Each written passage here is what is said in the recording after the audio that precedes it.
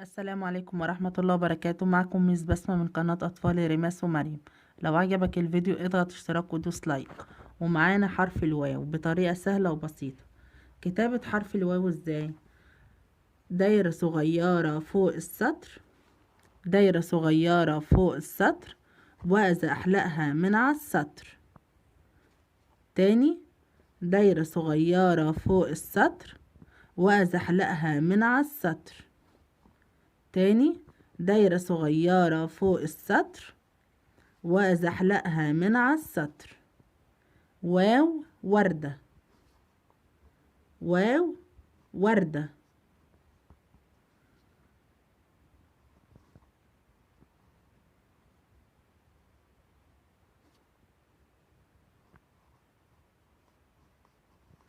واو وردة، واو وردة.